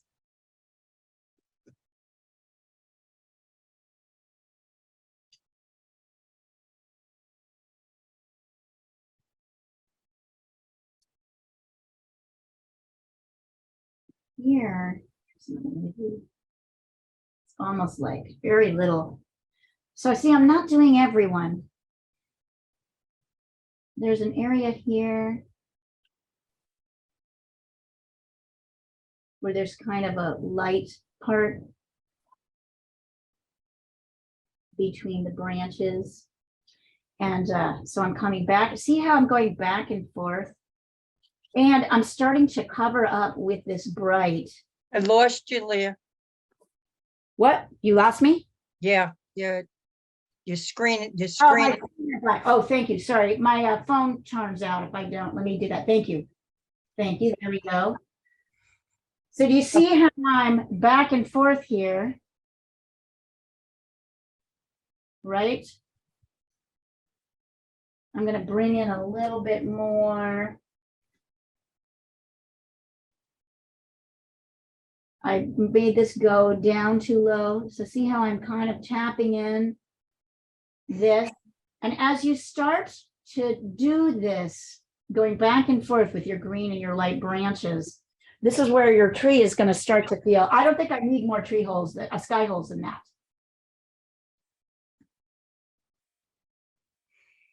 See how the tree starts to look more like now it's really starting to look. Here, I'm going to add in a little bit more green. Here are some interesting, like kind of, see if I can get these in. This is like branches almost. I don't know how much detail I'm going to get into there.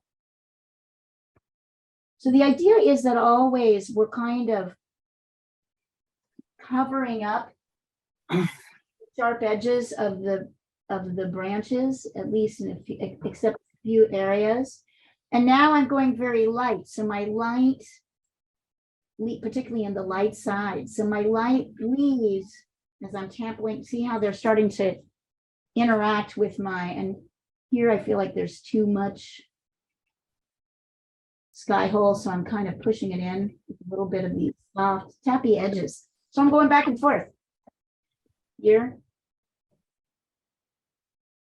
So you need to have a little bit of both, and it's better to have them on two separate brushes. This is my green brush.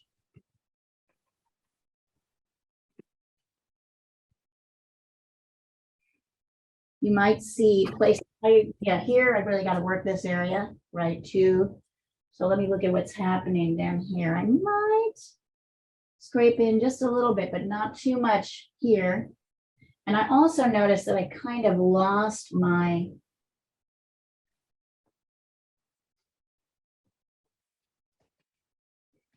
green. I'm mostly working with a dry brush now, meaning I'm not going back in and getting it wet. So see how I'm even bringing this all down? Look at how much I can change things to really reshape, add.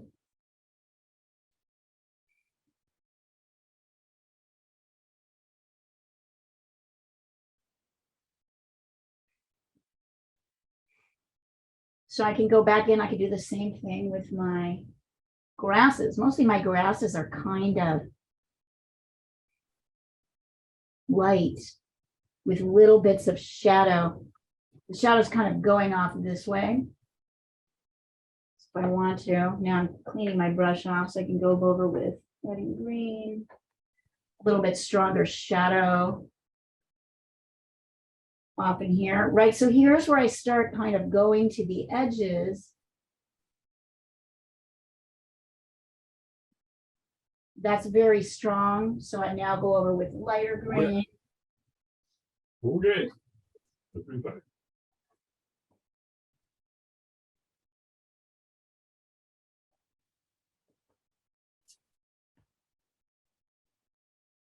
To soften those edges. But we'll do a grassy field next week. So you'll see, we'll practice this technique more next week. And I'm like kind of looking and seeing, maybe I want a tiny bit of branch here. So I'm mixing blue and burnt sienna to make a kind of dark branch. Or like a couple here.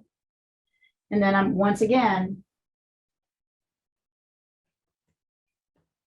kind of pushing it back with soft leaf shapes everywhere. Kind of amazing, isn't it? Here, definitely going over with some softer.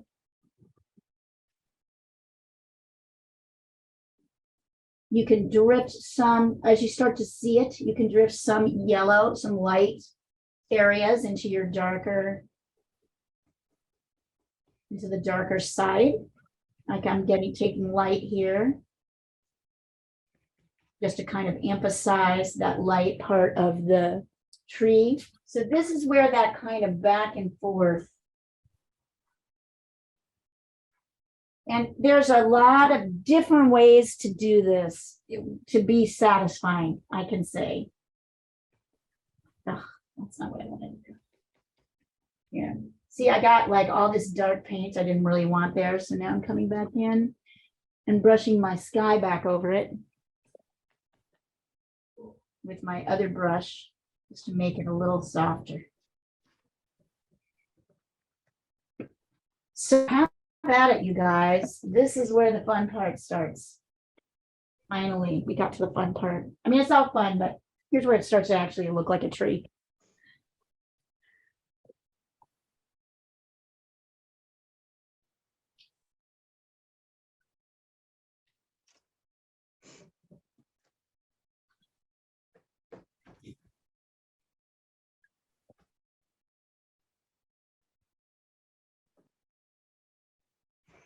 Well, ladies, I'm going to have to sign off. It's the baby's birthday today, so Oh, how exciting. she's All 4. Stella, have a hold on, let me pop you up so we can say goodbye to you properly. Let's see. Thank you for sharing your turkeys with us. Have a great week, and Yes. I will see you next week. Thank you, ladies. Have a good Wonderful. day. Bye. Have a good Bye. weekend. Bye bye. Have a great weekend.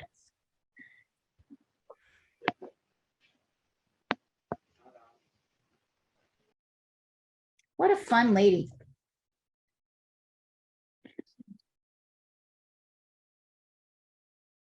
Anyone who has wild turkeys in her backyard is my kind of lady.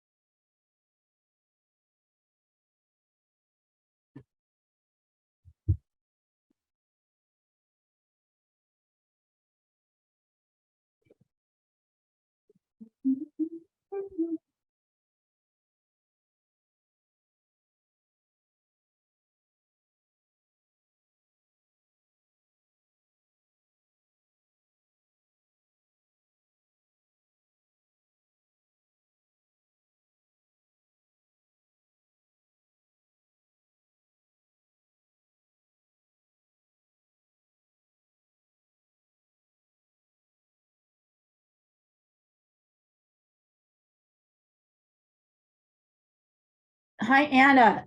There's a lot of things I like about this painting. I like your tree trunk. I like your brush strokes. I'm gonna point something out to you. Notice you've lost the difference between your edge between. This is too big. Here, this has become green and not blue. Your sky hole there. So it's hard to tell the difference between whether that's just light branch or a sky. So you see how it kind of sits clunky. So get really light, a very light green to mix around here, pop in here. Wait till this dries and go back in with blue.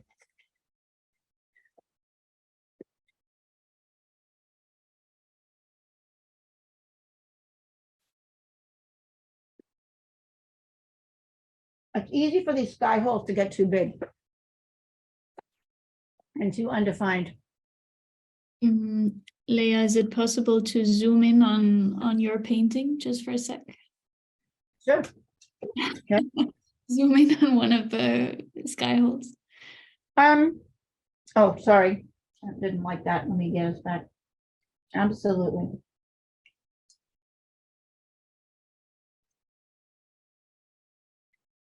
Thank you.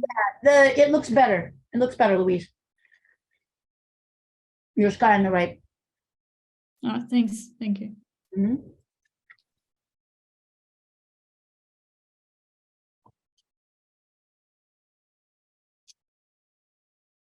Is this helpful? Is this close enough? Yeah, that's great. Thanks. Yeah.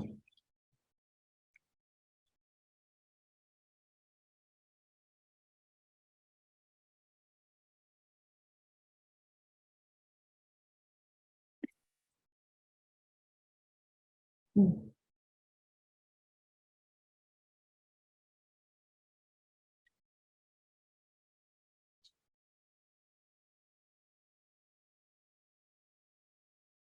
Okay.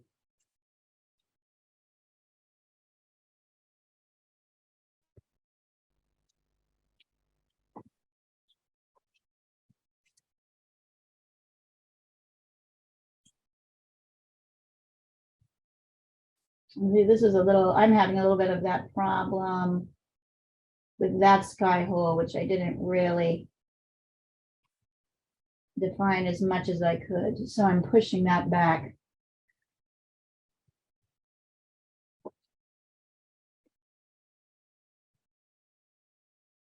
Ah! Light. Okay.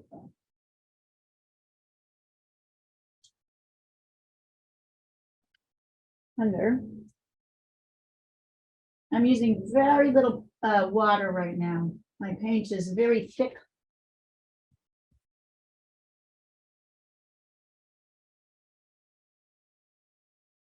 There we go. It's a little bit better.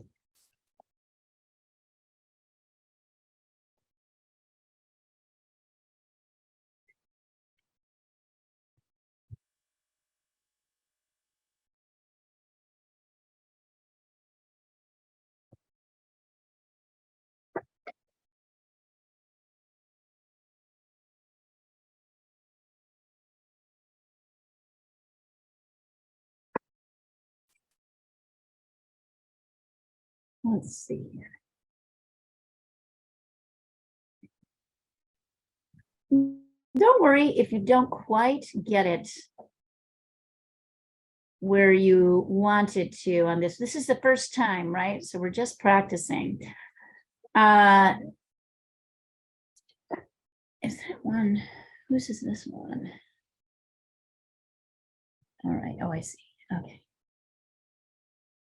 Ani, coming along. Don't lose your lights. That might just be. Yeah. Don't lose your lights.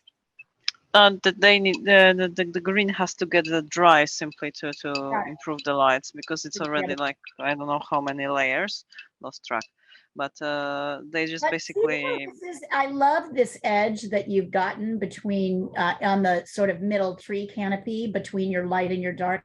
That's gorgeous. See how nicely that reads? Yep. That's really what you have to do with your that's really what you need to do with your clouds too, you know. This is exactly the same. But somehow my brain understands this one for trees, but with clouds it's more difficult. It just I goes don't into like denial. I got you. Yeah, exactly. Okay, you don't have to. I get it, but it's beautiful. I love this little edge that you've created down on the right too.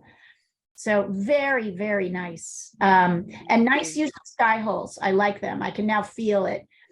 So we joke around like the sky holes are really the last thing you put in, and they are much less, just much fewer than you think. Just to emphasize certain hard edges of the branches. Mostly the leaves are covering the branches, right? These little clusters of light and dark leaves. Sorry.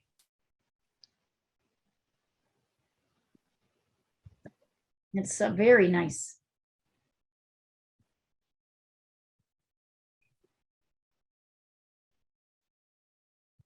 I don't have my paintbrush in my hand. Go back in with my finger. Tap in a little bit of light.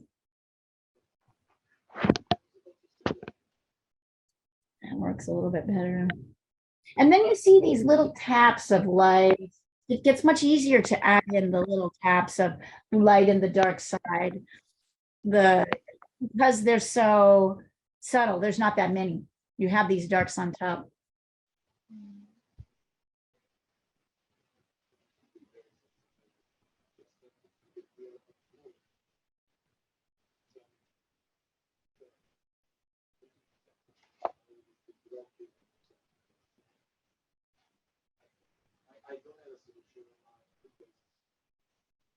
Let's see. Louise, you haven't lost any of your tree branches are too, so your sky holes are in, but do you see how your tree branches are just sitting there all clunky? Yeah. You need to be tapping over almost all of those edges. There's very little of your tree branch edge. Mostly they're covered up with leaves. Okay. So lights and darks. So you're a little bit too structured at this point in the game. Things should be looking lighter.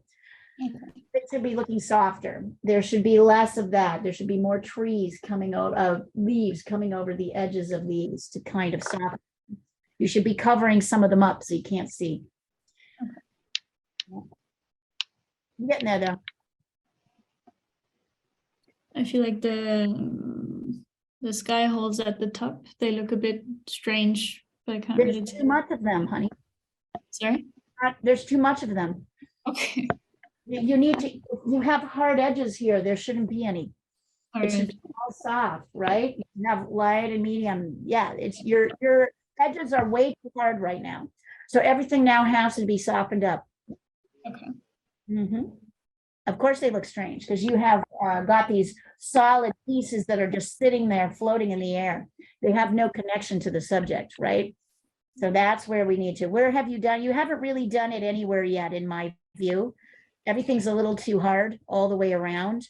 So look at Onyx's piece and see how she's done that. Look at mine and see how soft all those edges are. Look at where Onyx sky hole up here is. It's almost barely visible. Everything should be soft edged around those sky holes. There should be no strong structured edges.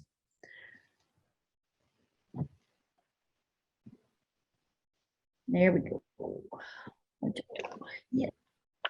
Okay, I'm going to let you guys go. I have other things I need to do, so I'm going to turn myself on mute. I'm going to let you go for another 10 minutes because I feel like if we do that, everybody's going to get it. So I'll be back. I'm around. I'm just doing what else I need to do for the day. Keep going.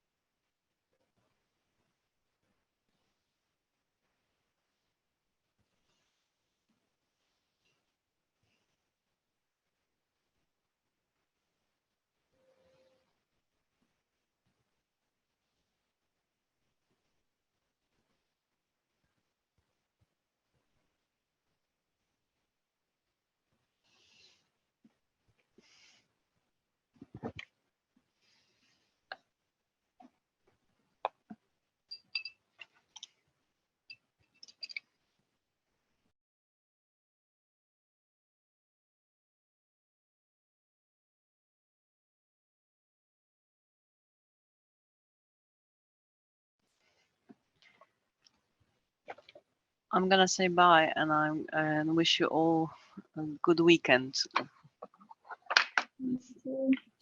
You're on mute, Leah. You're on mute. Yeah, I saw that. Okay.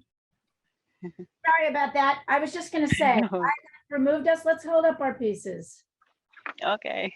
where they're at, just for the mo. I'm gonna need to go soon. Oh, yeah, there we go.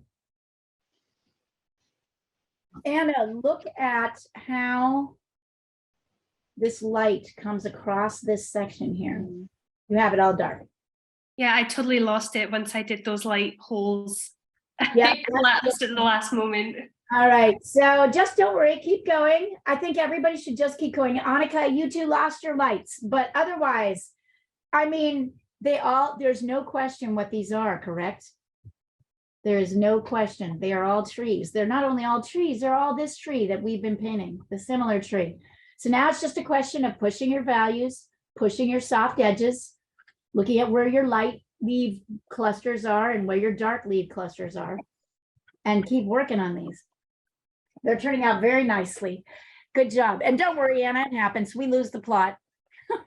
Yeah, next week we'll paint something new. Next week, or sit on that for a day and then see if you can fix it, figure out how to fix it, right? Sometimes you just need a little time to look at it and then go back in fresh to the same painting. So, all right, everybody, fantastic work. Good to see you all today. Nice to see you. Bye. Thank you so much. Thank Bye. you. Bye. Bye.